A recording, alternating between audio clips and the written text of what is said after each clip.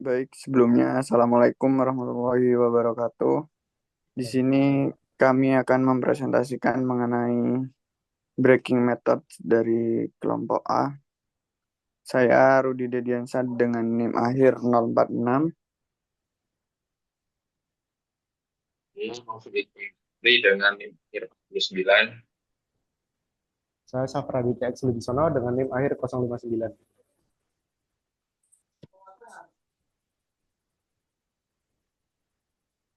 Nah, untuk yang pertama yaitu mengenai graphical method.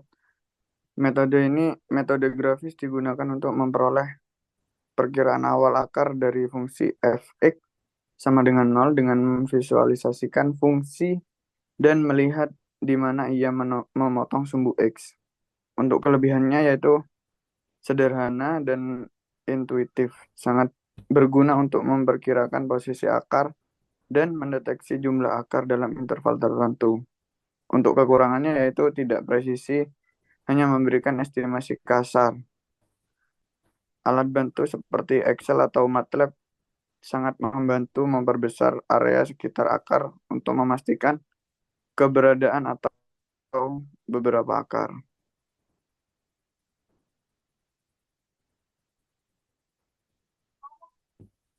Nah, ini untuk hasil dari graphical method dari persamaan 1Y sama dengan 2X dan untuk persamaan 2Y sama dengan 5E min X. Nah, dapat dilihat pada grafik yang ada di gambar mendapatkan titik potong yaitu bernilai 0,95 dan 1,93. Mungkin bisa next.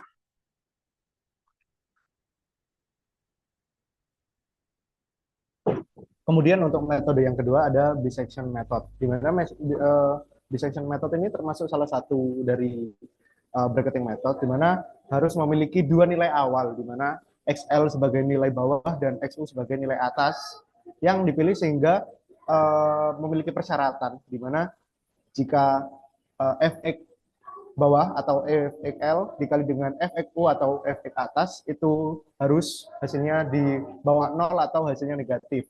Nah, langkah utama yang pertama adalah menghitung titik tengah, di mana titik tengah itu didapat dari XR atau titik tengah sama dengan XL ditambah XU dibagi dengan 2. Maka kita akan mendapatkan titik tengah dari metode bisection. Kemudian yang kedua adalah evaluasi tanda dari fungsi fx. Nah, setelah kita mendapatkan nilai fxr, kita akan masukkan nilai fxr ke dalam fungsi fx yang akan kita mendapatkan sub interval baru yang menggantung akar.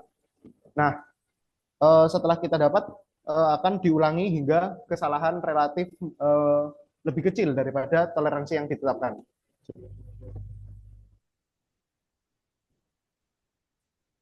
Nah, untuk keunggulan dari bisection method sendiri yang pertama adalah sederhana dan handal dan selalu convergent jika akar memang dibatasi dalam interval karena akar tidak akan melebihi atau mengurangi titik yang sudah ditetapkan. Yang kedua ada estimasi kesalahan eksak dapat diketahui dari panjang interval karena kita menghitung dari dua titik tebakan. Untuk kekurangannya adalah konvergensi relatif lambat karena hanya membagi interval dua setiap langkah. Ini terbilang lambat karena kita harus uh, mengubah intervalnya pada setiap stepnya atau setiap langkahnya.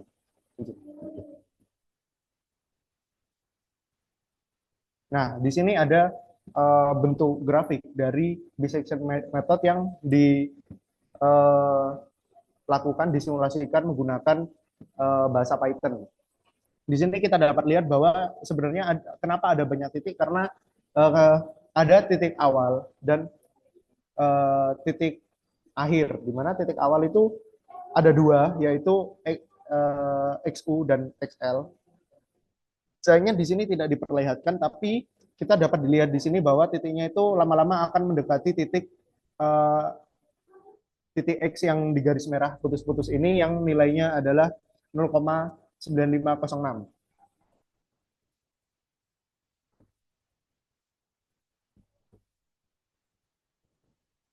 Oke, selanjutnya sudah dengan materi the false position method atau regulasi palsi. Yaitu metode ini memperbaiki eventuasi bisection dengan menggunakan interpolasi linear antara titik x1, fx1 dan x fx x kecil. Rumus utamanya di sini adalah xr sampai dengan xu min fxu kali x1 min xu per fx1 min fxu. Prosedur ini mirip dengan bisection, tetapi tidak baru ditentukan oleh silangan garis lurus, bukan titik tengah.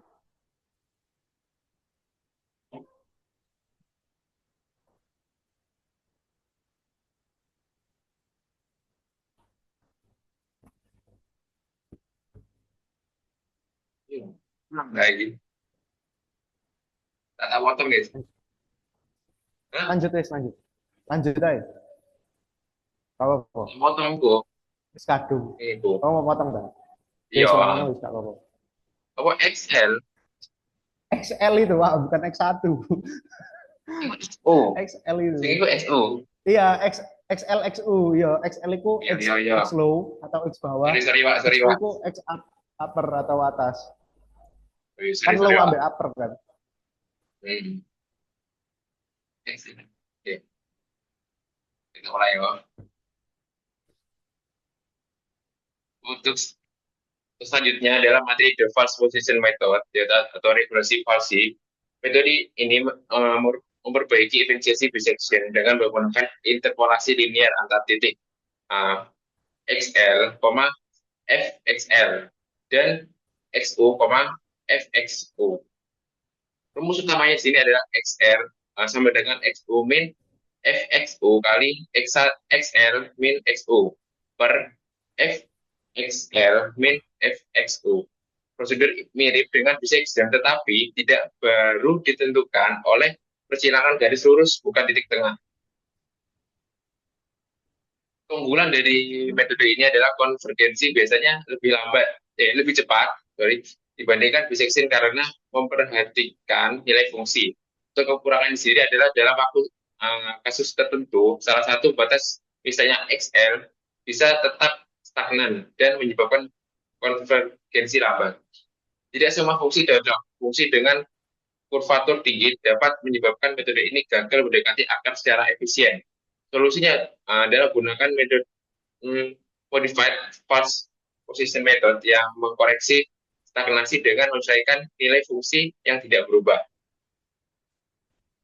Nah, di sini adalah untuk simulasi the false position method dari fx sama dengan x pangkat 3 min x min 2. Di sini bisa dilihat untuk grafik dari soal ini adalah seperti di gambar ini.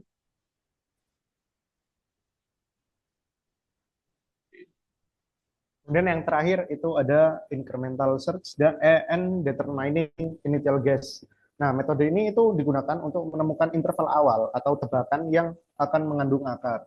Nah, langkah-langkah yang pertama adalah evaluasi fungsi fx dengan langkah kecil increment dari suatu titik awal. Nah, jika terjadi perubahan tanda, maka terdapat akar di antara dua titik tersebut. Pasangan titik-titik tersebut digunakan sebagai tebakan awal atau initial guess untuk metode bracketing.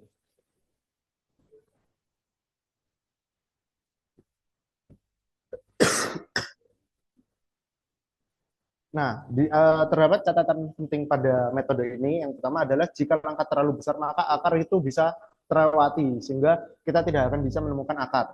Kemudian jika akar terlalu kecil, proses akan menjadi tidak efisien karena membutuhkan waktu yang terlalu lama. Untuk solusi tambahannya, evaluasi turunan fungsi untuk mendeteksi titik ekstrim yang mungkin menyembunyikan akar ganda.